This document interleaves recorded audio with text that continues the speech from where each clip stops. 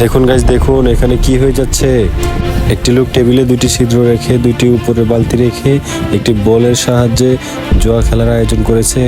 এখানে লোকটি ছেলেটির সাহায্যে দেখুন কত প্রতারণা করছে। ভিডিওটি ভালো লাগলে সবাই চ্যানেলটিকে সাবস্ক্রাইব করে দিবেন এবং লাইক কমেন্ট করে দিবেন।